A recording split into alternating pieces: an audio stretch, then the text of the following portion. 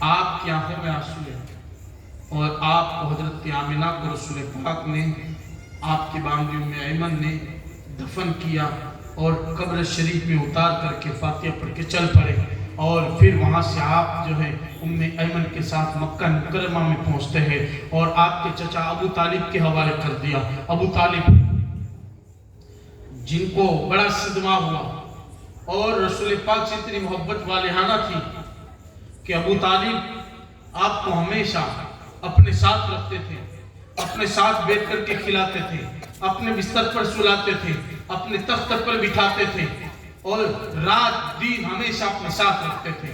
باہر جاتے تو رسول پاک کو ساتھ لے کر کے جاتے تھے, یعنی کبھی تنہا نہیں چھوڑتے تھے. دلی لگاؤ جو ہو چکا تھا, بڑی محبت سے پیش آئے, بڑی پیار سے پیش آئے, بڑی عقیدت سے پیش آئے. ابو طالب نے میرے آقا کی بڑی کفایت کی, یہاں تک کہ آپ اپنے چچا کے ساتھ رہنے لگے اور ہمارے نبی صلی اللہ علیہ وسلم جب 8 برس کی عمر میں پہنچے, 8 برس کی عمر میں, تو دادا عبد المطلب بھی چل بسے. پھر ابو طالب پھر بھی ان کی جو ہے ابو طالب نے بھی آپ کی حفاظت کے 2 سال تک اور آپ کو پیار دیا, محبت دی اور ابو طالب بھی پیار کرتے رہے. لیکن دادا کے بعد ابو طالب ہی نے آپ کو سویرا ہے اور آپ کو ہر وقت اپنے ساتھ رکھا ہے. یہاں تک کہ آپ نے اپنی اعلان نبوت سے پہلے, ابھی اعلان نبوت نہیں ہوا ہے سرکار کا, ہمارے نبی کی بعثت نہیں ہوئی, یہ تو تخلیق ہی ہو رہی ہے.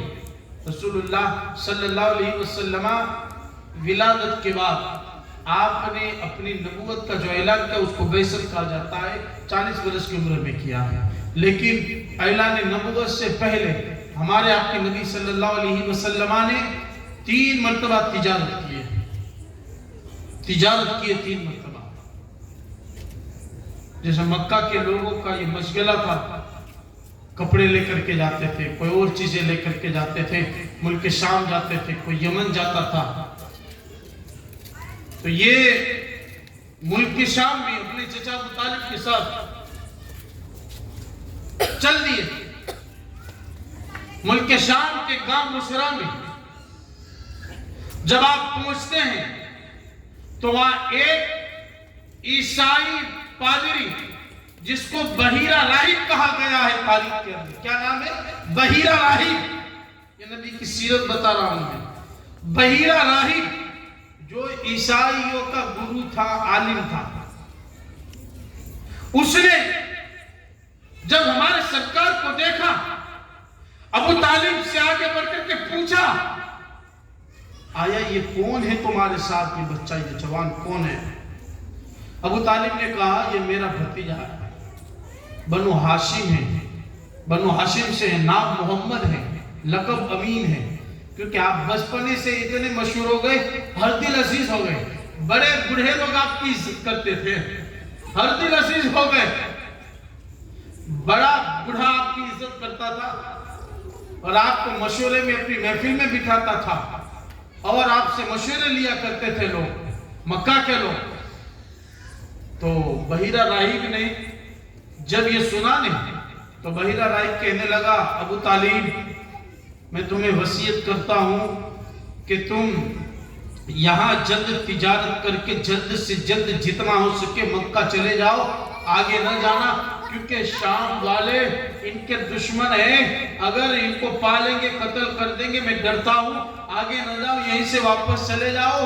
یہ نبی آخر زمان ہے, میں توریت کا حافظ اور عالم ہوں, میں نے زبور پڑھی ہے, میں نے جو نشانی رسول پاک کی نبی آخر زمان کی کتاب میں پڑھی وہ ساری نشانیاں اس ذات پاک میں پائی جاتی ہیں. بے شک یہ نبی آخر زمان ہے. کہیں یہ دشمنوں کے بیٹ نہ چلے جائیں, تم جلدی چلے جاؤ. یہودی تو پہلے سے دشمن ہے ہمارے. ابو طالب کو ڈر سا محسوس ہوا تو جلدی بسراہی کے اندر اپنا مال تجارت فروخت کر کے جلدی مکہ پہنچ گئے. ابو طالب کے دل میں پہلے سے بھی زیادہ محبت بڑھ گئی, پہلے سے بھی زیادہ عقیدت بڑھ گئی, اور آپ اپنے چچا کی کفالت میں جو ہے اپنی زندگی کے ایام گزارنے لگے. یہاں تک کہ آپ دیکھیں امین اور صادق کے نام سے مشہور ہو گئے۔ ایک سفر تو آپ نے یہ کیا ملک شام کا اپنے چچا ابو طالب کے ساتھ، ایک سفر تجارت وہ بھی ہے کہ جب حضرت خدیجۃ الکبریٰ ام المومنین رضی اللہ تعالیٰ عنہ جو مکہ کی رئیس گھرانے کی اولاد ہے، جو حضرت خویلد کی بیٹی ہے، یہ بڑی امیر گھرانے کی خاتون تھی، بڑی حسین، بلا اللہ نے حسن دیا تھا اور بڑی چاہت دی تھی، نرم دل تھا، فقیروں غریبوں کے لیے دل کھول کر کے مدد کرنے والی مکہ کی ایک خاتون تھی، جس کو حضرت خدیجۃ الکبریٰ کے نام سے یاد کیا جاتا ہے رضی اللہ تعالیٰ عنہ۔ یہ بڑی وجہ تھی، حسن و جمال کی ملکہ تھی، وہ بھی ان کا بھی تجارت ملک شام یمن تک پھیلا ہوا تھا،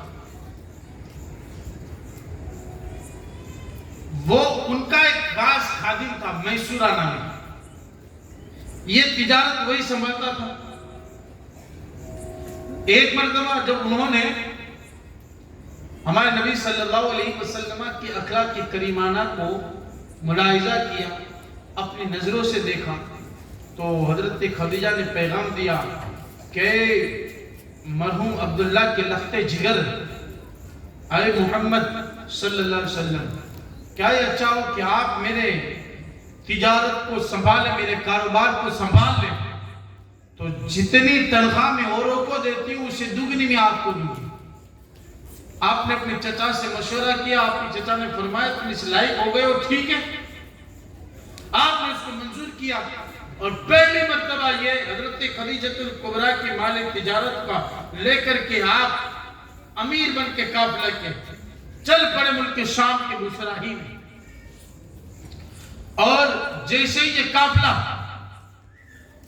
بصرہ میں پہنچا تو وہاں نستورہ نامی ایک راہی تھا، آپ کیا نام ہے؟ نستورہ راہی، وہ بھی عیسائیوں کا عالم تھا، اس سے ملاقات، اس کے مکان کے قریب میں درخت کے نیچے اللہ کے نبی نے پڑاؤ کیا، دوسرے لوگ دور تھوڑے پڑاؤ کیا، تو نستورہ دیکھ رہا تھا، اپنی محل سے اپنے مکان سے نیچے اتر کے آیا، فوراً میسورہ سے ملا، میسورہ یہ بتاؤ یہ درخت کے نیچے جو جوان بیٹھا ہے جس کے چہرے سے نور کی کرنیں پھوٹ رہی ہیں، بتاؤ یہ کون ہے؟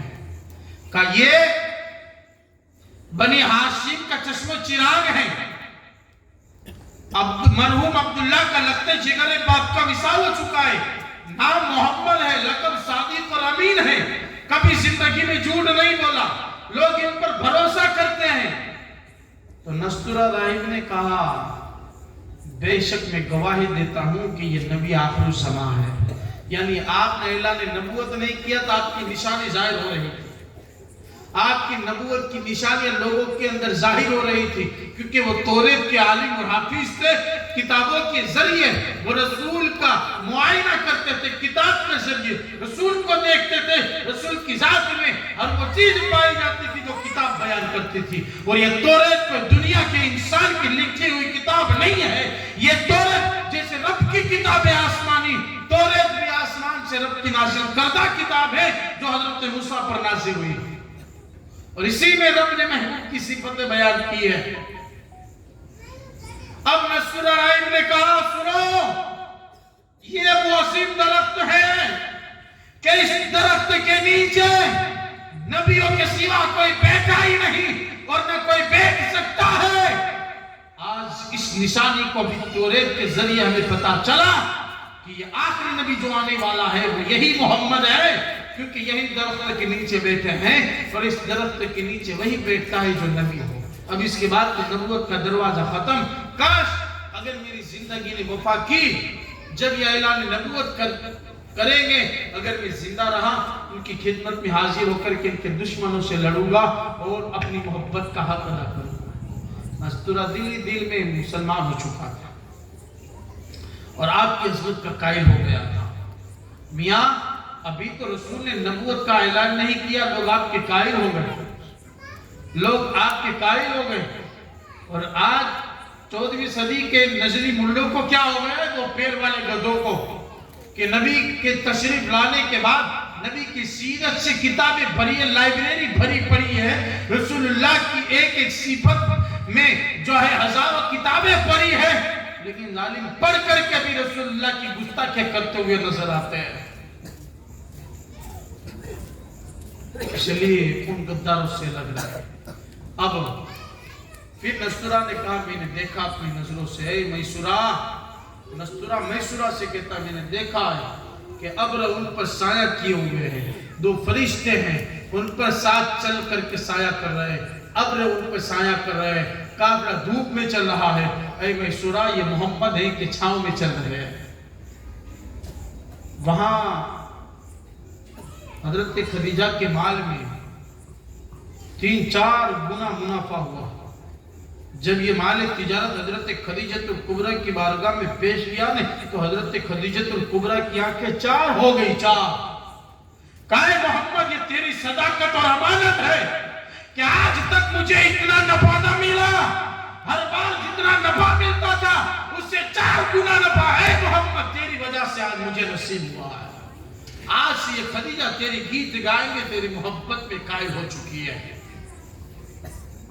اب اندازہ کرے رسول اللہ کی امانت اور صداقت پر کہ جہاں کفر و شرک چھایا ہوا تھا، عرب کے اندر کفر و شرک چھایا ہوا تھا، عرب کی زمین دیکھو جہاں ہر بت الگ تھا، بتوں کے تعلق سے ہر قبیلے کا بت الگ تھا، کوئی بارش برسانے پر مقرر تھا، کسی بت کے تعلق سے یہ عقیدہ تھا کہ یہ اولاد دیتا ہے، کسی پر یہ عقیدہ تھا کہ یہ بارش برساتا ہے، کسی پر عقیدہ تھا یہ بیماری دیتا ہے، یہ بلائے ڈالتا ہے، کسی پر یہ عقیدہ تھا کہ یہ خدا جو شفا دیتا ہے، کسی پر منتیں چلائی جاتی تھی۔ لات اور عزا یہ بڑے مشہور بت تھے، ان کے خدا تھے۔ شرک کا یہ عالم تھا کہ مسافروں کی عزت سلامت نہیں رہتی تھی، عورتوں کی عزت سلامت نہیں رہتی تھی۔ عرب کا یہ دستور تھا کہ عرب کے لوگ بچوں سے عورتوں سے بڑی نفرت کرتے تھے اور بڑی نفرتوں کی نگاہ سے دیکھتے تھے، یہاں تک کہ جس گھر میں بچی پیدا ہوتی تھی، جس گھر میں بچی پیدا ہوتی تھی، باپ خود اپنی بچی کو اٹھاتا تھا، جنگلوں میں لے جا کر کے 7-8 فٹ گڑھا کھود کر کے بچی کو اس میں لیٹا کر کے اوپر سے مٹی ڈال کر کے دبا دیتا تھا، اور اگر کوئی زندہ بھی رہ گئی، شادی ہوئی نہیں، تو اگر اس عورت کا شوہر انتقال کر جاتا تو اس عورت کے لیے یہ لازمی تھا، یہ قانون تھا مکہ کا، عرب کا، صرف مکہ کا نہیں پورے عرب کا یہ قانون تھا کہ اس عورت کو بھی اپنے شوہر، اس عورت کو جو ہے شوہر کے مرنے کے بعد ایک تنگ تاریک کمرے میں قید کر دیا جاتا 1 سال تک، 1 سال تک تنگ تاریک کمرے میں بند کر دیا جاتا تھا، نکالا نہیں جاتا تھا، نہ کھڑکی رہتی نہ دروازہ رہتا تھا، تھوڑی سی ہوا کے لیے جو ہے کھڑکی کی طرف بنائی جاتی تھی، دیواروں میں دراڑیں کر دی جاتی تھی، اور اس میں کھانا پینا سب کچھ یہی ہے، دروازہ بند رہتا تھا، کھانے کے وقت جیسا تیسا غلاموں کی طرف کھانا دیا جاتا تھا، اور نہ نہا سکتی تھی 1 سال تک، نہ کپڑے بدل سکتی تھی۔ 1 سال کے بعد عورت جو ہے ایڑیا رگڑ کے مر جاتی تھی، 1 سال کے بعد اگر زندہ بھی رہتی نہیں تو جانتے ہو اس عورت کو ایک گدھے پر بٹھا کر کے ان کو منہ کالا کر کے ان کے لیے لازمی تھا کہ وہ اونٹوں کی مینگنیاں یعنی لیندیاں لے کر کے وہ جو ہے تماشا کرے، وہ لیندیاں پھینکتی رہے، مینگنیاں پھینکتی رہے، اور اس طرح یہ خباثت عام تھی۔ لیکن مصطفیٰ ایسے تنگ و تاریک مکہ کے اندر آپ تشریف لائے، آپ نے آتے ہی یہ جہاد شروع کر دیا، خبردار اب کوئی بچی کو دفن نہ کرے گا، اور اب تو عزت دینے کے لیے محمد تشریف لا چکا ہے۔ پوری دنیا میں جو عورتوں کو عزت ملی لیے وہ ہمارے رسول کا صدقہ ہے۔ تو آج میں اپنی ماں اور بہنوں سے اس رسول ہاشمی وقار کا صدقہ اور اپیل کر رہا ہوں کہ رسول اعظم کے صدقے میں ہمیں بھی عزت ملی، میری ماں بہنوں آپ کو بھی عزت ملی ہے، تو غیروں کا طریقہ اختیار کرنے کے بجائے مدینے والے سرکار کی لاڈلی بیٹی سیدہ کائنات فاطمہ الزہرا کی جو ایک ایک نقش کو اپنے اندر اتار کر کے حضرت سیدہ کائنات کے نقش قدم پر اپنے زندگی کو وار کر کے مصطفیٰ کی روح پرفتر کو خوش کرنے کی آپ کوشش کریں، انشاءاللہ سیدہ کائنات حشر میں آپ کو اپنے ساتھ رکھ کر کے جنت میں لے جائے گی، اس لیے کہ سیدہ کائنات کی ہر ادا مصطفیٰ کی ایک ایک ادا بتا رہی تھی، گویا کہ سیدہ کائنات فاطمہ الزہرا کی ادا مصطفیٰ کی اداؤں کا ایک آئینہ تھا، ایک نمونہ تھا۔ تو آپ اور ہم سوچیں کہ ہمیں عزت اس بارگاہ سے ملی ہے، ہمیں پیار اس بارگاہ سے ملا ہے، خیر تو عورتوں کو عزت دی رسول پاک نے۔ اس وقت عرب کا بڑا برا حال تھا، شرک، کفر، بت پرستی عام تھی، لیکن میرے سرکار اس سے جو ہے محفوظ تھے۔ لوگ امانت میں خیانت کرتے تھے کہ کسی کے یہاں کچھ دولت رکھ لی، جب وہ لینے جاتا تو وہ مکر جاتا کہ تو نے میرے پاس کوئی چیز نہیں رکھی، جھوٹ بات بات پر بولا جاتا تھا، جنگ فساد جھگڑا ہوتا تھا، بدامنی کا ماحول تھا، بے چینی کا ماحول تھا، مسافروں کو لوٹ لیا جاتا تھا، یہاں کسی کی عزت سلامت نہیں تھی، کہیں کر گھر تباہ و برباد ہوتے تھے، تھوڑی تھوڑی باتوں میں جنگ ہو جاتی تھی، لیکن میرے سرکار نے ہمیشہ جو ہے ایسے ماحول میں آنکھیں کھولی، لیکن آپ نے کبھی زندگی میں جھوٹ نہ بولا، آپ نے کبھی کسی کے ساتھ خیانت نہ کی، ہمیشہ دیانتداری سے کام لیا۔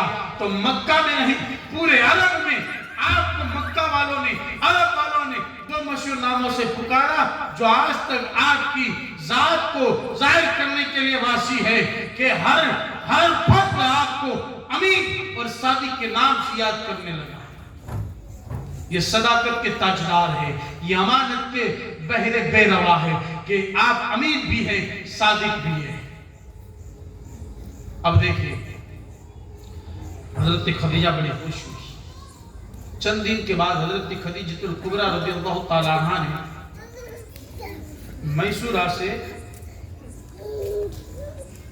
رسول اعظم صلی اللہ علیہ وسلم کے تعلق سے کچھ باتیں کہی کہ میسورہ خدا کی قسم کھا کے بتاؤ کہ جب تمہارا قافلہ آ رہا تھا تو میں اپنی بالا خانے اپنے چھت کے اوپر سے تمہیں دیکھ رہی تھی کہ تمہارا قافلہ دھوپ میں چل رہا ہے، محمد عربی پر میری جان قربان کہ جب وہ چل رہے تھے تو میں دیکھتی تھی کہ ابر ان کے ساتھ چل رہا تھا اور سایہ کیے ہوئے تھا، یعنی رسول پاک کے اوپر ابر کا سایہ تھا۔ کیا بات ہے! پھر میسورہ نے جو خادم خاص تھا، میسورہ نے پوری وہ تاریخ اور نسترہ راہیب کی وہ باتیں بیان کی، تو خدیجہ بنت خویلد کے دل میں آپ کی محبت اور رغبت بڑھی، اور پھر دل نے چاہا ہو نہ ہو پوری دنیا میں یہ ایک ایسی ذات ہے کہ اگر میں اسے اپنا کر لوں تو صبح قیامت تک کے لیے خدیجہ کا نام روشن ہو جائے۔ پھر نکاح کی درخواست کی، کون؟ خدیجہ الکبریٰ ہے۔ آپ نے تیسرا جو سفر کیا نا وہ یمن کا کیا تھا۔ یہ 3 سفر ہے تجارت کی غرض سے جو آپ نے کیے تھے، یعنی تجارت کرنا نبیوں کی سنت ہے، انبیاء کرام نے بھی کیا، ہمارے نبی نے بھی تجارت کی۔ اور ام المومنین سیدہ خدیجہ الکبریٰ آپ کی عمر 40 برس کی ہے، کتنی؟ 40، اور ہمارے نبی کی عمر پاک 25 برس کی ہے، کتنی؟ 25 برس کی عمر پاک ہے۔ حضرت خدیجہ الکبریٰ کی پہلے 2 شادی ہو چکی ہے، پہلے آپ کی 2 شادی ہو چکی ہے، ایک شوہر کا نام حالہ ہے، ایک شوہر کا نام عتیق ہے، دونوں سے 2 اولادیں تھیں، لیکن دونوں کا انتقال ہو گیا۔